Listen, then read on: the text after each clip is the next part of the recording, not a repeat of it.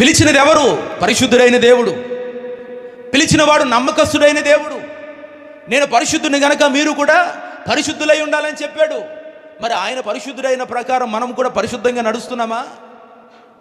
ఆలోచనలో, తలంపుల్లో, క్రియలలో మన ప్రాణాత్మ శరీరాలు దేవునికి యోగ్యమైన ఘటముగానే ఈ ఘటము పనిచేస్తుందా? కంటి ద్వారా పాపం చేస్తున్నారు, నోటి మాట ద్వారా పాపం చేస్తున్నారు, వినికిడి ద్వారా పాపం చేస్తున్నారు, వెళ్ళకూడని ప్రదేశాలకి నడుచుకుంటూ వెళ్ళి పాపం చేస్తున్నారు, చేయకూడని పనులు మీ స్వహస్తాలతో మీరు చేసి పాపం చేస్తున్నారు. రహస్యమందున మన దేవుడు మనల్ని చూస్తూనే ఉన్నాడు.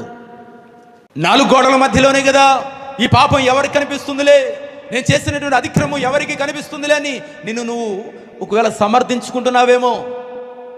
ఆయన నేత్రాలు ఎలాంటి నేత్రాలు తెలుసా? అగ్ని వంటి నేత్రాలట. ఆయనకి రహస్యమైనది ఏది లేదు, సమస్తాన్ని ఆయన తేటగా చూస్తున్నాడు. ఒకరోజు నువ్వు తీర్పులో నుంచుంటావు. తీర్పులో నుంచున్నప్పుడు నీ గతి ఏంటో తెలుసా?